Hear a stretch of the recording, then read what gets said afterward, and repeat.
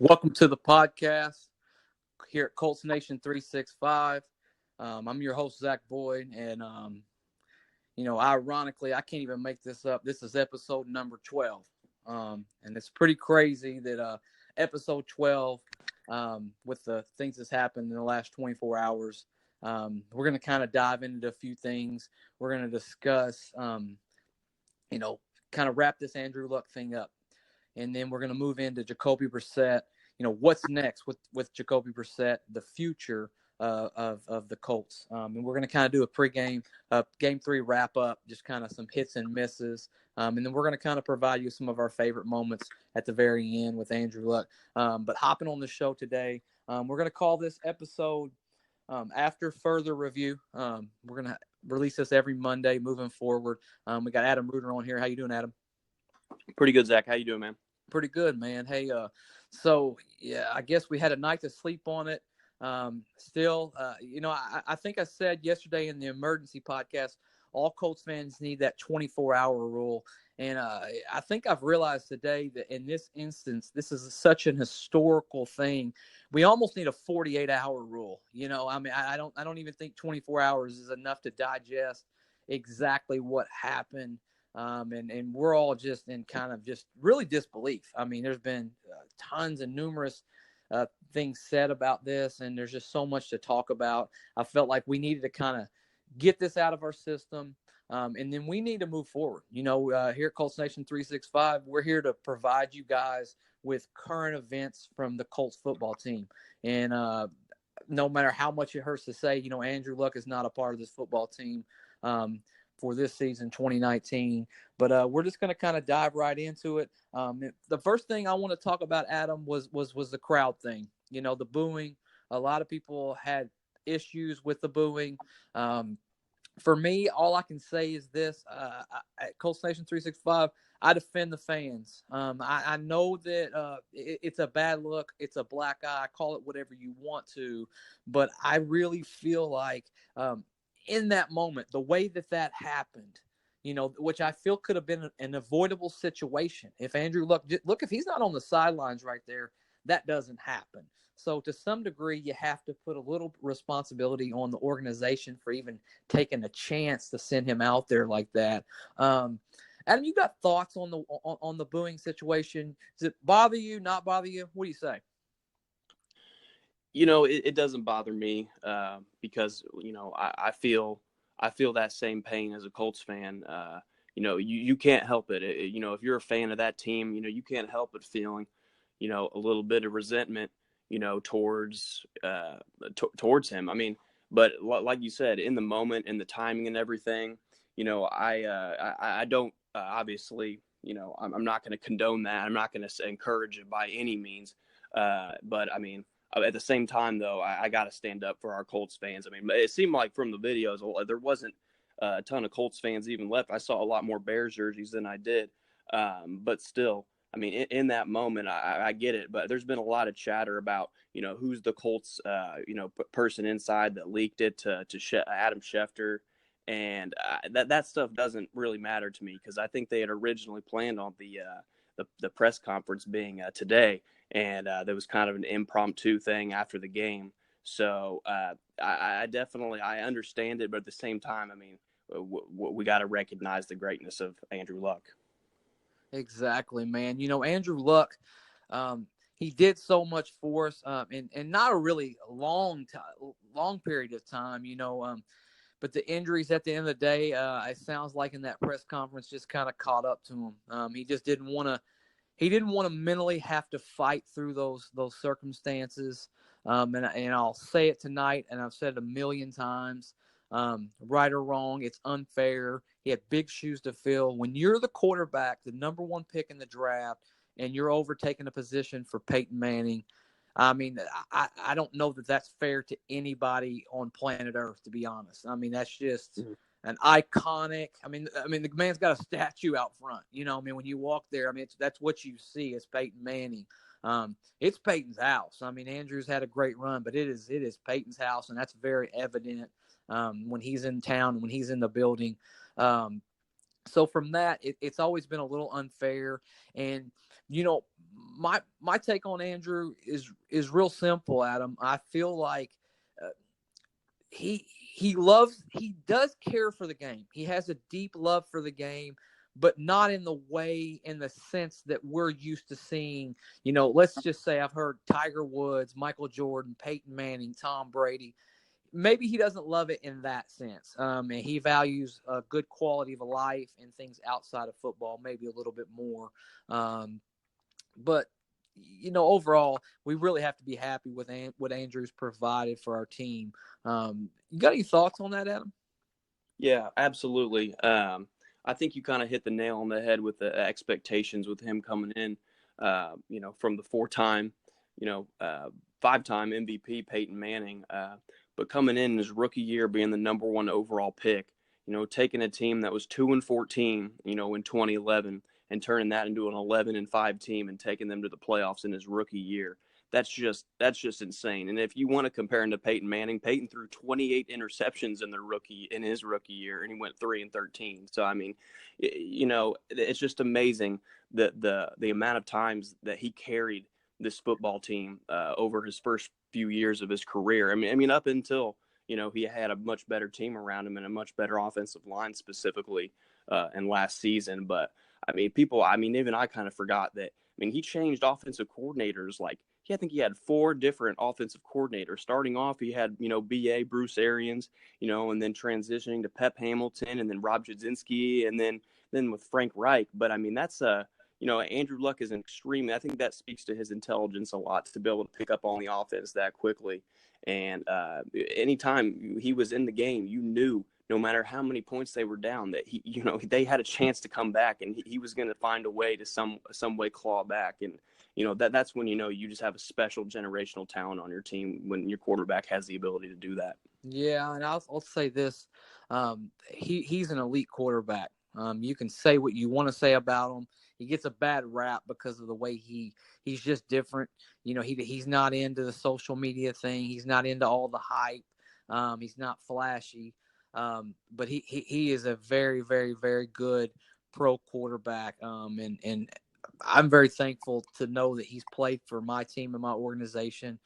He's represented us well in his time. And, I think maybe my only criticism is the timing of it. I feel like the Colts as an organization, if you knew on Monday, just because in the social media world that we live in, I feel like you got to get out in front of that and you got to just go ahead and get this thing handled.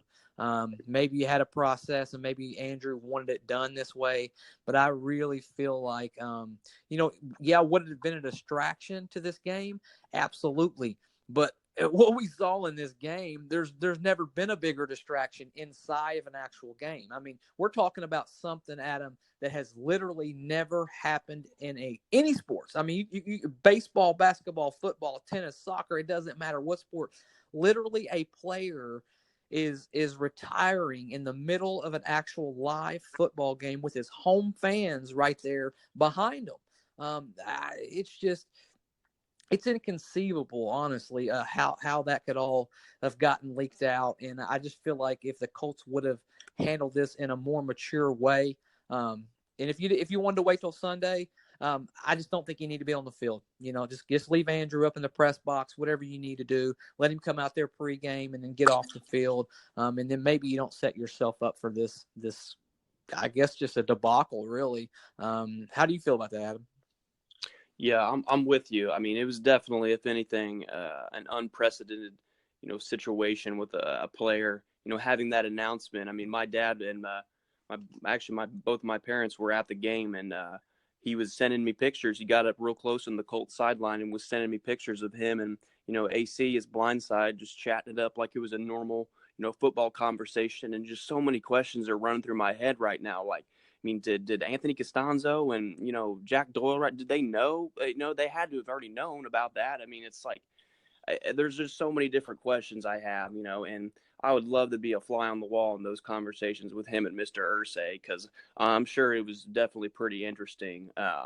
But I mean, with the whole timing of it, I absolutely agree that not necessarily like, the that should, with someone leaking it. But I think that if they knew about it Monday, especially like you said, with social media and everything, it would have been much wiser to get ahead of the situation. But it didn't happen like that, and Andrew was able to, to have that conversation and have that press conference last night.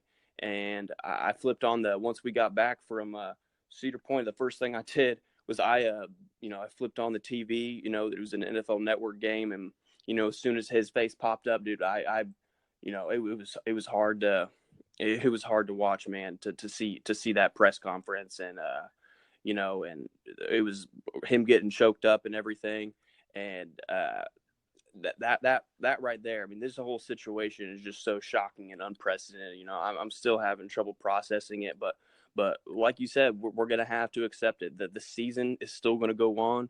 Jacoby Perset is the starting quarterback, and we're going to go into week 1 in LA, hoping to win.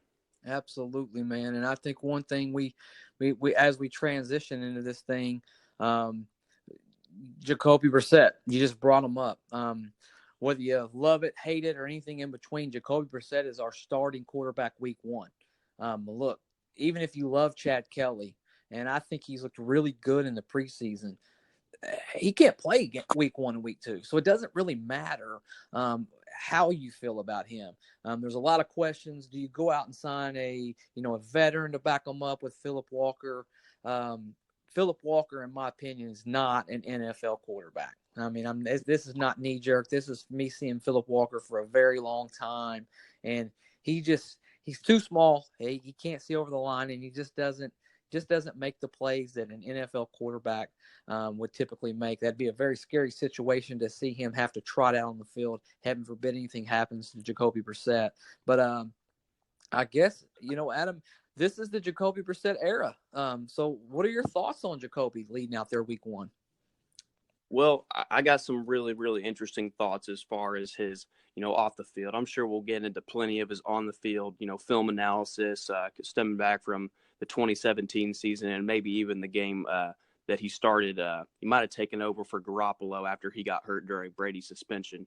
But I mean, as far as his, off the field, type situation, I think that Brissett definitely, his contract situation, he's only making, he's on the last deal of his on the last year of his rookie deal right now, making a $2 million, base salary, which is, it's more than he had been making before. He was making less than $1 million a year, but that is still nothing in starting quarterback money.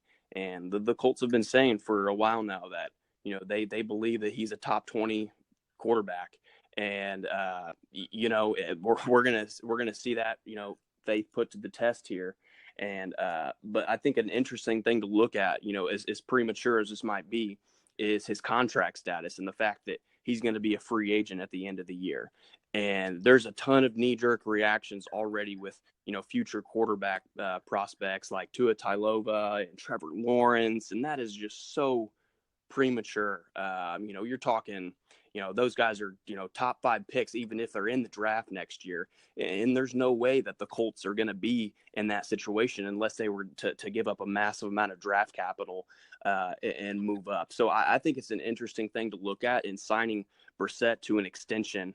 I wouldn't even rule out right now, and I think it'd be really, really interesting to see his annual salary and see what they would offer him, because even if, this year doesn't go well for him, I still think that he's a solid backup quarterback. So, I mean, I'm just shooting from the hip here, assigning him to an extension and, in that range. I'd be really, really interested to see what you guys and the rest of Colts Nation thinks on that thought, because, Brissett is the future for the 2019 season, but I still think that he definitely plays a valuable role. And one more thing on that is the fact that there are so many franchises in the NFL that slip into a cycle of not having a good quarterback.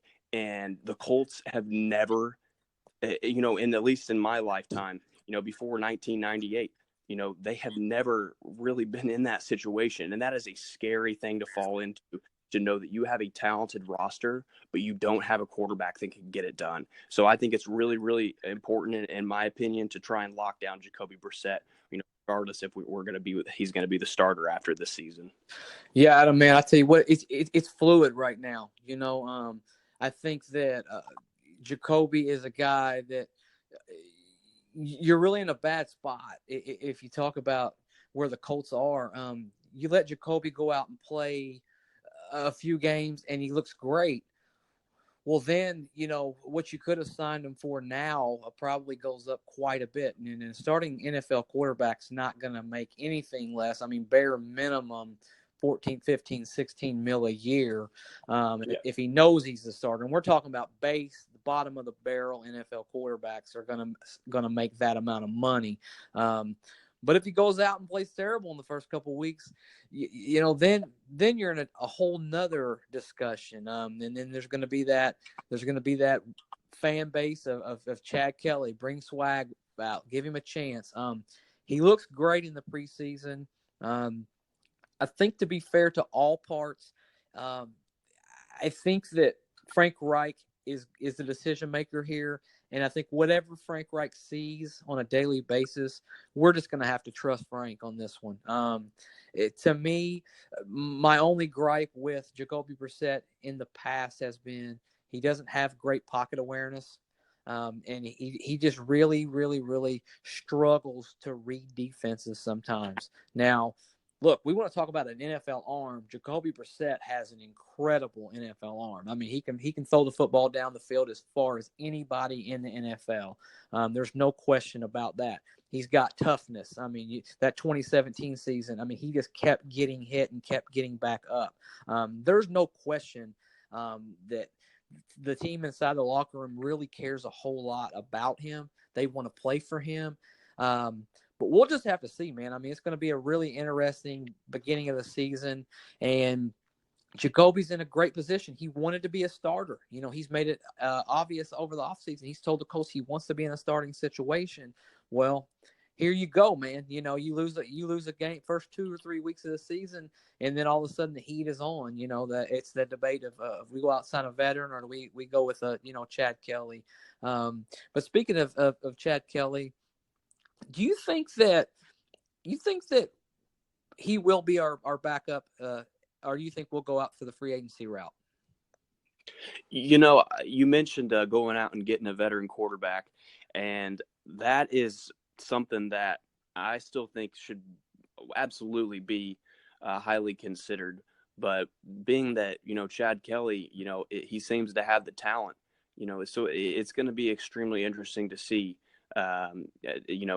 considering the suspension, that has become such a obstacle, in making this quarterback room, seem more clear. But I really don't see another option than going out and signing a veteran quarterback, because you're talking about making Phillip Walker the number 2, quarterback for week 1 in Los Angeles and then week 2 in Nashville. And that means that Perset is, one hit or one injury away from Phillip Walker being, the starting quarterback. So I think that you just have to go out and get that, veteran quarterback, just someone who, who's just going to be able to just be there. And, but regardless, I mean, how does that work after Kelly comes back? Are they going to hand him his walking papers and just say, thanks for the 2 weeks? Or so I think it'll be really interesting to go about it, because I wasn't able to watch, 100% of the entire game last night, but I was able to watch, the first quarter and then halfway into the second quarter. And, he kind of, he looked good. And, the thing that's really, really surprised me about him is that he can scoot. I mean, he can move with his legs, and then that can obviously be dangerous with taking hits and everything like that. But I mean, he's obviously has nothing to lose. He wants to make this football team and show the Colts that he is worth it. But on top of that, he has a cannon of an arm. I saw him stand in the pocket and fire a couple passes to Dion Kane, and I was like, I did a double take. I was like, that was pretty impressive. And that goes back to what you mentioned about Perset and his pocket awareness, and on top of that, his ability to stand in the pocket and keep his eyes downfield and continue to make reads on the defense while he has a hand on him, which is something that Andrew Luck made look easy. He could do that in his sleep. So I think it'll be really interesting to see how this entire quarterback situation plays out. But I think that, Chad Kelly definitely has a future with the team. Yeah, I tell you one thing. I think you just market it if you're Ballard to a guy and say, hey, do you want to come compete for a backup job? You don't promise them anything. You say, look, we got Chad Kelly here. He's suspended for the first 2 weeks. We're going to get to see him one more time down there in Cincinnati on Thursday. And I think you just market it to him. Do you want to compete for a job? We're not going to promise you anything. You may end up being here for 2 weeks. You may be here for the season, but I think that you can find that veteran. It would just be really, really, really hard for me to believe that we trot out there week 1 in LA and Phillip Walker is on our active roster and he's our backup. That's just that's scary. That's a nightmare. Yeah, man, you're exactly right on that. That is an absolute worst possible case scenario. All I can think of is Scott Tolzien 2.0. It's just a rough thing to process. And if you look a little deeper into Chad Kelly, and I'm not trying to be that guy, on that bandwagon and that knee jerk fan or whatever, but I'm just telling you, coming out of high school, he was a super highly recruited guy. He got recruited by Clemson. I think everybody knows his story. He's had a checkered past, but the pedigree's there. But beyond the pedigree, he can absolutely play football. He's an NFL quarterback. Now, is he going to behave and hold himself together like an NFL quarterback? That's to be determined. But from just a pure talent standpoint, I'll argue with you all day about his talent. He's got, you hear the words moxie or, that it factor or whatever. Chad Kelly has that, man. And I can tell you, even back with Denver, he looked good. He made the mistake and John Elway decided to cut ties with him and probably was the best thing he could have ever done for Chad Kelly's life because it's been highly publicized that he's first to practice and he's the last one to leave. He's been a model citizen, of course. Now, he knows he has to be a model citizen. But I think above all, he's grown up and he's learned from this past mistake. And hopefully he can be a beneficial, player on our team moving forward. We'll just have to see. And, getting back into Jacoby, we just got to support him, man, for better or for worse. We got to give the guy a fair and honest chance. Peyton Manning came out in his rookie year and he was 3-13. Jacoby won 4 games in his rookie year, if you want to call it that, a rookie year. His first year as a full-time starter. Things can change. Circumstances can change. I think Frank Reich will now scheme this offense. It's going to be almost like a brand new version of an offense because Jacoby Perset can't do the things that Andrew Luck could do. But there's probably some things, that Andrew Luck couldn't do that Jacoby Perset can do as far as we're talking about those deep 5 and 7 step drops. Just launching that ball out 70, 75 yards and letting T.Y. kind of run underneath of it and pick it up out of the air. So we just have to kind of support it, see where it goes. And for as maybe down, I don't know if that's the right word that the fans are right now. I guess down is hell. What the hell, man? I think we're all down. We can be honest here. I think we have to see what's going to happen in the product on the field first. Under no circumstances do I think we're a Super Bowl contender this year. But I do think that this team can find a way to win 10 games and possibly make the playoffs. But that's to be determined. We'll just have to see as far as that goes. You have any final thoughts on Jacoby? Yeah, I do. I think what you said before about how, comparing, we need to do the same thing that we did for Andrew Luck and, not trying to constantly compare. We need to do the same thing for Jacoby and not comparing him to Andrew Luck. But at the same time, though, like you said, man, we're all down. We're hurting, man, because that just can't be overlooked. That it's just because of how special Andrew was. And, one of my favorite stories from Andrew and him being able to, take us and, come back from any game was from the 2015 season, which who knows, this was in a primetime game against the Carolina Panthers, who ended up going to the Super Bowl that year. Not to mention that Luck also beat the Super Bowl champion, the Denver Broncos that year, in the process, lacerating his kidney and playing the rest of that drive after he did that. But in that game specifically, I had this screenshot on my phone that I remember I took a picture of, is that it was just Andrew Luck is just such a different player, and he's just a different guy.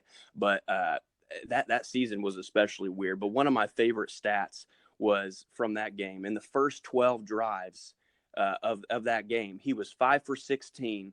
He only had 40 yards and then, 0 touchdowns and 2 interceptions. And then something clicked, something turned.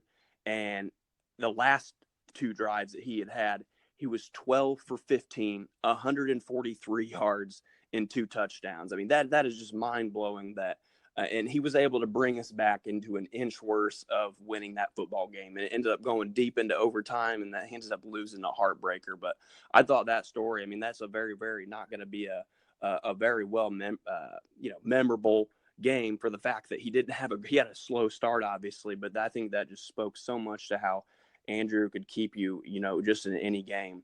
But like you said, we're going to have to close the book on that. We are going to have to accept that he is not the Indianapolis Colts starting quarterback anymore. And that is a tough pill to swallow for me personally. And, so I understand the resentment and everything, but we need to give Jacoby Perset, the same respect that, we gave to Andrew, coming in, even though that, they were obviously much different circumstances. So I am still so excited, for the 2019 season this year. I am, all in on, Brissett for this season. And I'm so excited to be able to see what this young Colts team can do. Yeah, man, I kind of echo that. One last thing on, Jacoby is you mentioned earlier about Luck coming back in those games. We can't put Jacoby in that position. Jacoby's it's not fair for me to say that. We haven't seen Jacoby, but we can't be down 3 touchdowns and expect Jacoby to come back like Andrew would do. I mean, it was just so crazy to see how Andrew would just storm back in those games, and then you just wake up and you're like, oh my God, Adam Vinatieri just kicked the field goal for the game winner, and we were down by 3 touchdowns. We can't do that to Jacoby. We got to protect him a little more. We got to play a little more old style football, probably really good defense, score enough points, and we're probably going to have to really, really run the football this year. I'm going to kind of do a quick dive into preseason game 3. It's just not fair to the current players to not give them their just due and kind of call out some players who had, some hits and some misses. So Adam, I'll go through a few people real quick, and if you have any thoughts, you let me know, man. But So yep. Chad Kelly, awesome. I mean, the guy looked great. He got a chance to start the game. Can't say enough about, he had a really impressive scramble. We need to keep in mind this wasn't against all of the number ones. You didn't have, Khalil Mack and all those guys out there, but he still did what he had to do with who was on the field. Kamoko Ture had another sack, and he really, really looked good in this game. Ben Banagoo, that's a guy who I'm very interested in seeing. He flashed in this game. He flashed a little bit the week before, but he really flashed in this game. I mean, he was really getting his hands on there and being very active as far as rushing. A new addition to the team, Chandark West. I thought he really did himself some good in having a possible chance to make this football team. I mean, a guy who got signed on Monday and comes out, I guess 5 days later, and he had a touchdown, and he really looked solid in the passing game and in the running game. Two things that weren't good. First, the O-line was better just to begin the game, but they still, LaRaven Clark really gave up a lot of pressures and a couple sacks even. And then Phillip Walker, man. I mean, I'm just telling you that was a rough game for Phillip Walker. He's never been great, but this was one of his rougher games as well. I know that you were kind of, bouncing around, Adam, but did you have anything in that game that kind of stood out to you? I did. I'd say, I've in the brief period of time I did, I've actually been in the past, I've been a pretty staunch defender of LaRaven Clark. him filling in last year for Anthony Costanzo. And I thought he did okay, as well as he could do. And, when I heard a lot of this summer, the rumblings of, making him one of the roster cuts, I kind of, shook my head a little bit, because I was thinking about the depth behind Costanzo and Smith. If one of those guys goes down, all we got is, Jamarcus Webb and him. So, but the more I've seen him play, man, I really took away more positives than negatives. Maybe I was just really, really searching for some positives after, the news last night, but I really thought that he got beat a couple times real bad on the edge. And that was a little bit concerning. But as far as the positives go, I really liked, you'd already touched on West. I thought he hit the hole pretty hard and, and looked really good. I was a little bit surprised he already wasn't on roster. I'm not sure if that was, his lack of receiving ability, or maybe he's not great at picking up and pass protection. But another guy that, that you already mentioned, Teray, but one other person who was playing last night that I also think is going to get significant playing time that jumped off was Jihad Ward. And he is an absolute menace on that defensive line. There was a couple plays where he actually wasn't involved in the play, but just to see his jump off the line in the interior is very, very telling. He can move offensive linemen and really, really disrupt a lot of things all on the line. So I'm Jihad, man. I mean, that dude is, I'm telling you right now, he flashes every time he gets on the field.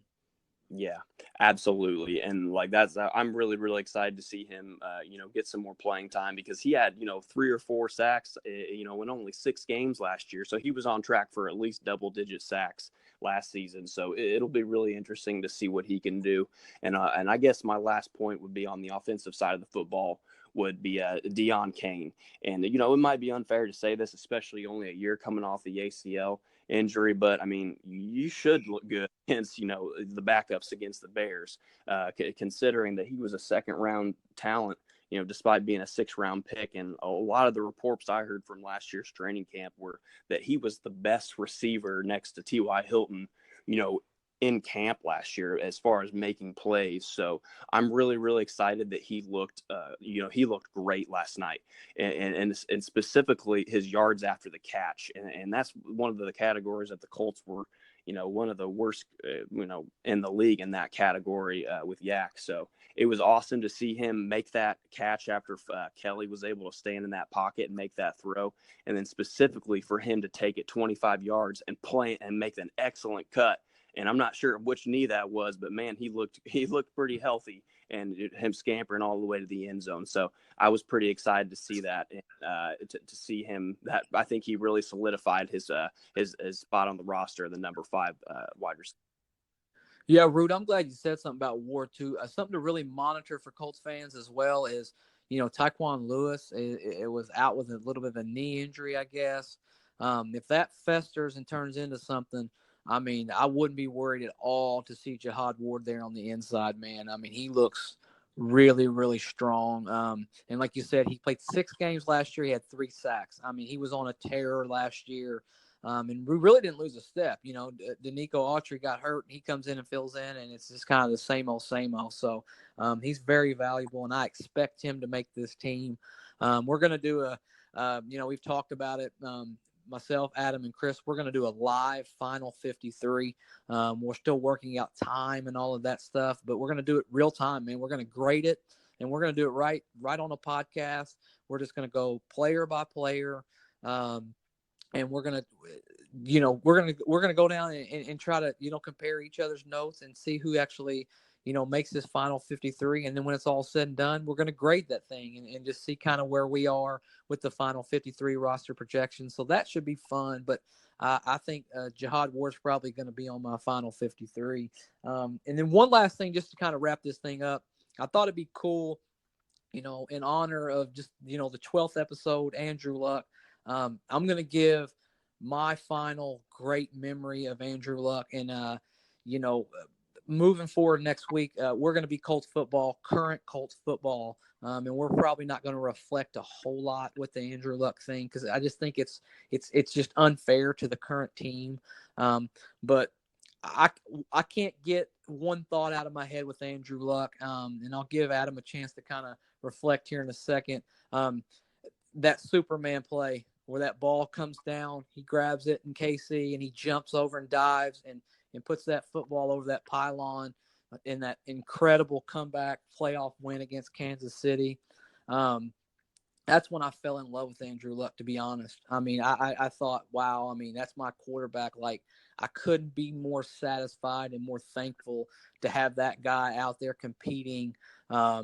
You know, at the end of the day, I love football with all my heart, and I can never do the things that Andrew Luck can do. And it's just so cool to have a guy to cheer on and to see him do almost those superhuman things. And, you know, obviously Andrew Luck's not going to be listening to this podcast, but I would just say personally, thank you for all of the good times. I'm not going to concentrate on the negative. I have my own thoughts internally about how it was handled, but I really am thankful that he was our quarterback. It just wasn't long enough. You know, we wanted 10 more years out of this guy. We wanted to see greatness. And, you know, hell, who knows? Maybe one day, you know, he has a change of heart, he gets healthy, and maybe he comes back, and that's just kind of a dream of all Colts fans. But super big thank you to Andrew Luck for being our quarterback, and I look forward to, you know, one day possibly seeing him in the Ring of Honor. Adam, do you have one memory, man, that stands out to you? Yeah, man, I have so many memories, man, and just sitting here right now, I mean, there's just so many of them. They just kind of, it's definitely overwhelming because I think all Colts fans are still trying to process it. And I had already thought about the Chiefs game and that Superman play and just his ability to no matter what. I mean, I think he had he ended up throwing like 4 touchdowns in that game, but he had like 3 interceptions as well. And, people called him turnover prone and stuff like that. But just the fact that the Colts were asking him to do so much, and he did. He carried this football team, year in and year out. And it was just amazing to see the effort that he put into every game. No one can ever question his warrior mentality. I already touched on the lacerated kidney thing and him finishing that drive after getting delivered that blow from, I believe, Danny Trevathan and the eventual Peyton Manning and Super Bowl champion Denver Broncos. That man was a warrior. And so I think we all wish that we could have seen Andrew play, obviously 10 years, best case scenario. But I mean, honestly, if he would have only played 4 or 5 more years, I think he was undoubtedly a Hall of Fame quarterback. No one had thrown, I think Dan Marino was the only one that threw more touchdown passes than him in his first 6 years. But I'd say the one memory that, stood out to me the most was for my birthday, my dad got his tickets to the Andrew's very, very first preseason game, against the St. Louis Rams. And, I already knew that Peyton, on his very, very first pass in his preseason game against the Seattle Seahawks in the Kingdom, his first little pass, he threw a little slant to Marvin Harrison, and he took it to the house all the way for a touchdown. And, Peyton kind of looked around, kind of joking, it was like, oh, touchdown. And, and that I had already known that going into that game. But I remember it was August 12th, 2012, very, very first pass of Andrew Luck's NFL career. He does a short dump off pass to Donald Brown. Donald Brown takes it to the house, 80 yards for a touchdown. Dude, I will never forget that. And it was just so, unusual. It was just so, you can't make that up, that him and Peyton just both did that. And, that they were both just such great players. And, Andrew had so much talent. And I think that, I'm really, really glad that, a lot of Colts fans are stepping up right now and showing that, we appreciate, Andrew's time here. And, the boos at that game do not represent the majority or the message that we want to send to him. And we want to say thank you, Andrew, for everything you did for this football team and continuing to make this franchise relevant. So that's all I could say is thank you. Yeah, man. I tell you what, I forgot about that Donald Brown thing, and while you were describing it, I knew where you were going with that, and I almost got goosebumps, man. I can remember standing there like a kid, jumping up and down and thinking, "Man, this is gonna be great." Like Andrew Luck's this is gonna work out outstanding. And when he was healthy, he was outstanding, man. There's no denying his pure raw talent. And no matter if he just had that short-term memory, man. If he threw that football away, he'd come right back out there and march his team back down the field. He just had that elite factor that just so very few quarterbacks have ever had. So I guess I'll just wrap it up and just one last time say thank you, 12, for what you've done for us. You're one of the reasons that I'm pretty sure I can speak for myself and Adam. You're one of the reasons why we're doing what we're doing right now. You know, we cover football because of guys like you that can do things that we just are in awe of a lot of the times. And just like the Colts organization and football team, my team at Colts Nation 365 also got shook by this information.